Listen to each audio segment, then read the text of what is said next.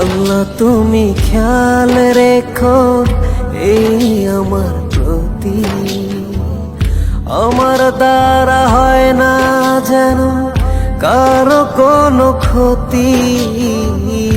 আল্লাহ তুমি খেয়াল রেখো এই আমার প্রতি, আমার দ্বারা হয় না যেন কারো কোনো ক্ষতি। করতে পারি শুধু যেন তোমারই ইবাদত, তোমার পাপিয়ে বান্দাকে কর রহমত।